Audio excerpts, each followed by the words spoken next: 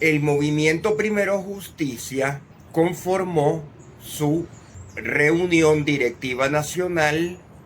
en la cual hubo quórum y más del 80% de sus dirigentes aprobaron no participar en las írritas elecciones regionales municipales de diputados y concejales previstas por la usurpación, lo cual ha enfurecido a los alacranes Tomás Guanipa, Enrique Capriles y varios de sus cómplices en la izquierda, Un Nuevo Tiempo, Movimiento por Venezuela y demás movimientos que desean incorporarse al listado de pedigüeños que se quieren enchufar. La ciudadanía venezolana en su gran mayoría no está interesada en estas elecciones y prefiere que todo se vaya derrumbando solo, puesto que en algún momento este sistema colapsará por ilegitimidad, por falta de apoyo popular y por las cambiantes presiones geopolíticas que, como todos los días, describiremos a continuación. Como ya es costumbre, Donald Trump ha efectuado su rueda de prensa casi diaria, en donde se queja que las aerolíneas americanas reciben malos tratos en Europa, les cobran una cantidad de multas gigantescas por motivos que ni siquiera están debidamente explicados en la legislación de cada uno de los países de la Unión Europea, y pronto veremos represalias también en el sector de la aviación internacional. Donald Trump también ratificó la exigencia de Elon Musk de preguntar a cada uno de los empleados públicos cuáles fueron las últimas 5 cosas que hicieron. Como muchos no van a ser capaces de poder responder, habrán despidos masivos de personal innecesario, ineficiente, el cual cobra sueldos y salarios del gobierno sin hacer absolutamente nada, y que posiblemente estén trabajando en otra parte. Y si están trabajando en otra parte, no necesitan sueldos del gobierno. Es interesante observar a las personas que se quejan que los inútiles sean despedidos, porque ello refleja una complicidad con el despilfarro gubernamental. Los electores no queremos más despilfarro, y quien apoye tal despilfarro es porque probablemente sea también un despilfarrador. También aumentan los rumores que en el oeste de Canadá, Alberta, Saskatchewan, Manitoba e incluso algunas partes de la Columbia Británica sí considerarían voluntariamente convertirse en nuevos estados de la Unión Americana, porque el federalismo canadiense, muy apartado del oeste en Ottawa, continúa siendo prohibitivamente enemigo de las libertades individuales, y en el estilo europeo se entromete en la vida ciudadana de manera descarada. Donald Trump también estuvo comentando que ahora fluye el agua en California, dado ciertos cambios que se efectuaron en cursos de los ríos del noroeste Pacífico, que en lugar de descargar sus aguas en el océano, descargan sus aguas en las fértiles, pero generalmente secas, tierras de California. El estado está reverdeciendo, y a mediano plazo esa verdura acuática llegará inclusive hasta Los Ángeles, al sur del estado. Llamó la atención la emisión dentro de 2 semanas de la tarjeta dorada, que será más expedita que la tarjeta verde y permitirá residencia permanente en los Estados Unidos a aquellos extranjeros que estén dispuestos a pagar $5 millones al gobierno federal para dicho privilegio. Mientras se siguen deportando inmigrantes ilegales de escasos recursos económicos, se abrirá la tarjeta dorada para enchufados, líderes de carteles de drogas y demás corruptos de todo el planeta, quienes encontrarán una fantástica metodología para ingresar legalmente a los Estados Unidos, abrir fábricas, factorías, puestos de empleo y en general codearse con la crema innata de la sociedad y la política y economía americana, lo cual contradice las quejas de los opinadores mayameros procedentes de Venezuela, quienes exigen que los enchufados sean deportados, ya que más bien los enchufados serán los primeros que recibirán la tan ansiada tarjeta dorada, ya que Estados Unidos es un país abierto a los negocios y el tema del momento, por supuesto, siguen siendo las cálidas y generosas relaciones entre Vladimir Putin y Donald Trump para abrir el mercado de extracción minera de tierras raras en Rusia y en Ucrania. El acuerdo de las tierras raras con Ucrania ya está completamente listo y solo se está esperando que Volodymyr Zelensky dócilmente acuda a Washington el próximo viernes a firmar el acuerdo y tomarse su foto de Donald Trump para decirle a la prensa que, a pesar de los pleitos e insultos recientes, ambos seguirán luchando por una mejor Ucrania y por un mejor desarrollo económico y de tierras raras en Estados Unidos, Ucrania y Rusia. Por su parte, Vladimir Putin también está interesado en reunirse con Donald Trump. Sabemos que la fecha prevista pudiese ser el 9 de mayo en conmemoración a efemérides locales en Rusia, a las cuales también pudiese participar Xi Jinping de China, pero mientras tanto los equipos americano y ruso siguen trabajando diariamente en proyección a la enorme participación americana en campos petroleros, de distribución energética y extracción de minerales de tierras raras en Rusia, lo cual hace sospechar que el mismo tratamiento preferencial será proporcionado a Venezuela con el régimen de Maduro apoyado por Vladimir Putin, y así Venezuela también recibirá inversión americana no solo de la Chevron, sino de una variedad de empresas americanas con el beneplácito de Donald Trump, que necesitan dotar de tierras raras a las empresas aeroespaciales y de transporte de vehículos eléctricos del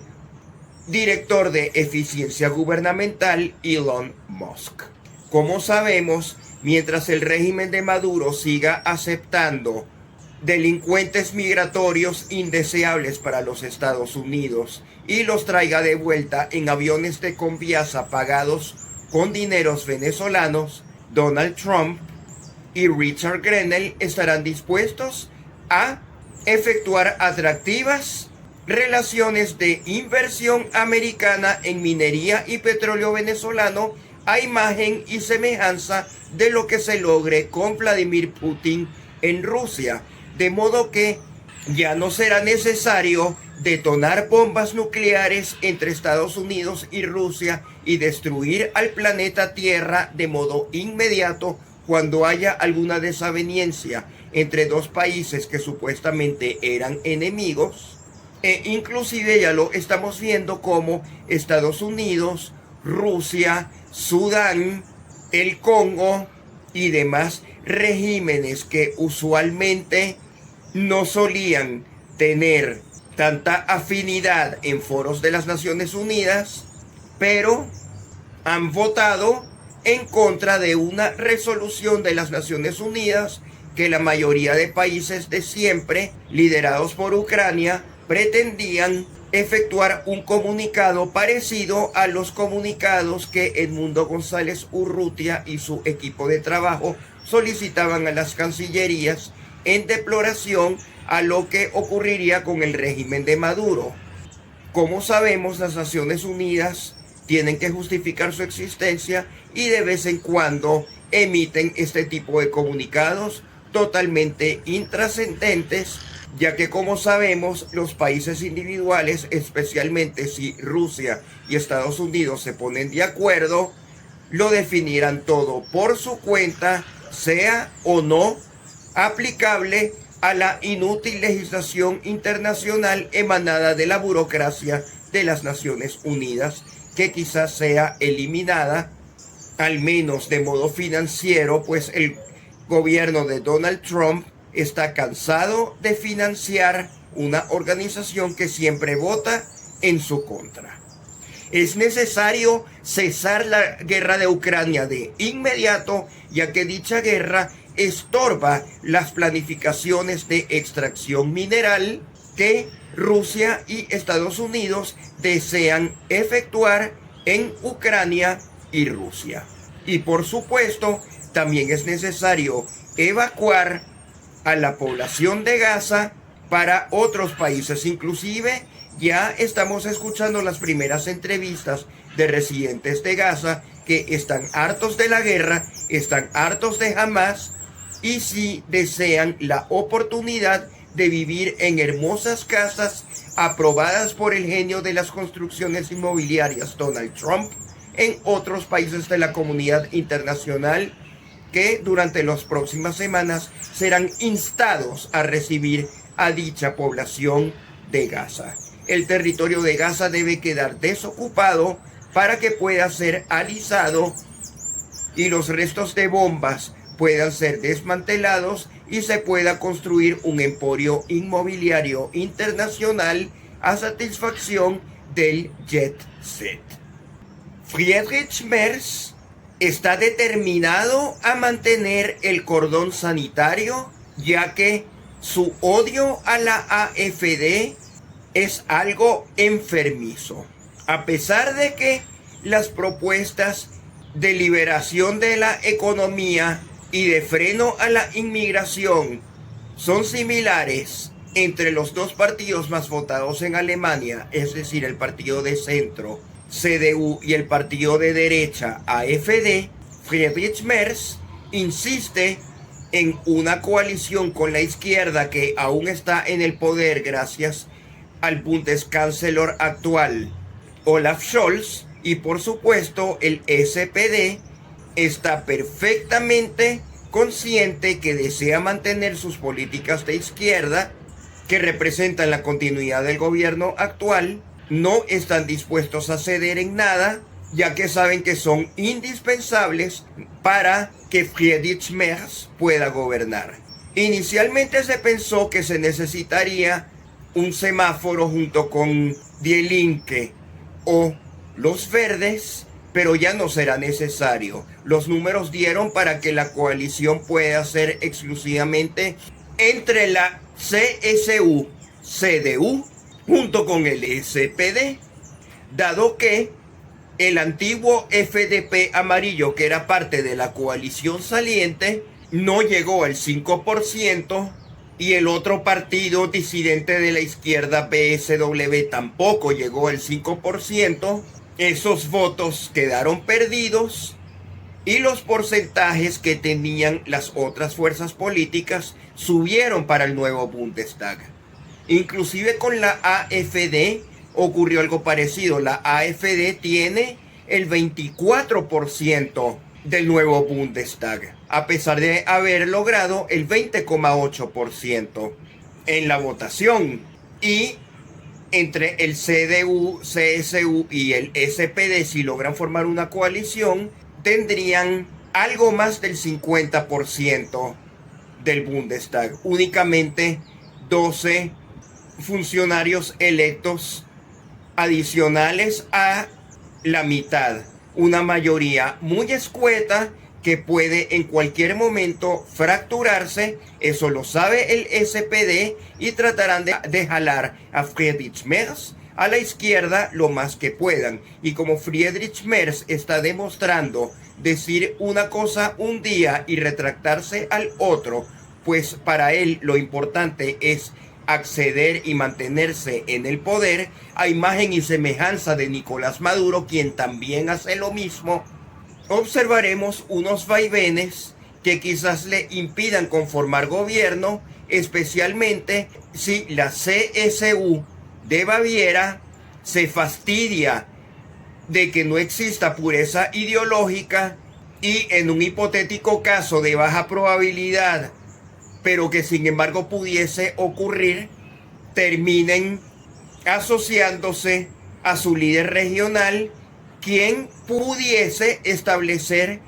alianza con Alice Weidel y el AfD de derecha, porque como vimos en la entrevista de la noche de las elecciones por la televisora pública de Berlín,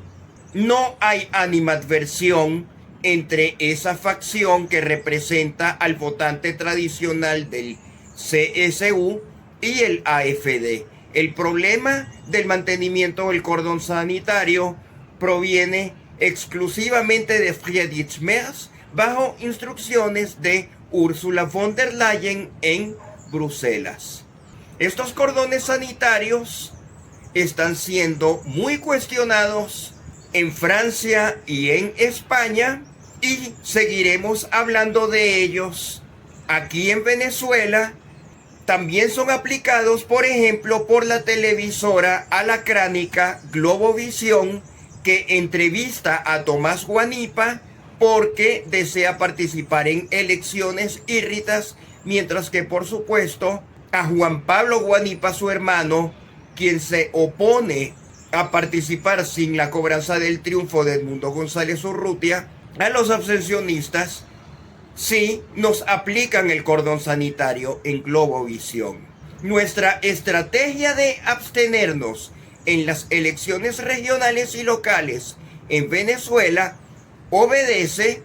a que ya no es necesario seguir demostrando que en Venezuela no se cumplen condiciones electorales. Eso ya fue informado a la comunidad internacional, y esta vez demostraremos con fuerza nuestros números una vez que los centros de votación estén vacíos y al régimen le sea muy cuesta arriba inventar estadísticas de una participación millonaria. Entendemos que para el referéndum del Esequibo inventaron que más de 10 millones de personas habían votado, cuando prácticamente nadie acudió a votar en esa convocatoria, que ni siquiera sirvió para nada, porque vemos que Guyana sigue ejerciendo soberanía, e inclusive los venezolanos migrantes en Guyana prefieren quedarse bajo soberanía guyanesa, ya que el gobierno de Irfan Ali continúa siendo eficiente, y observamos diariamente en las redes sociales de las autoridades guyanesas cómo se inauguran puentes, carreteras, hospitales, sembradíos, industrias en apoyo a la extracción petrolera y excelentes relaciones con países de las Américas, Europa y Asia. En todo caso, el régimen de Nicolás Maduro se seguirá manteniendo mientras calque las negociaciones que efectúan Donald Trump y Vladimir Putin y siga recibiendo deportados. La Chevron continúa aumentando su extracción petrolera en Venezuela. Los venezolanos necesitamos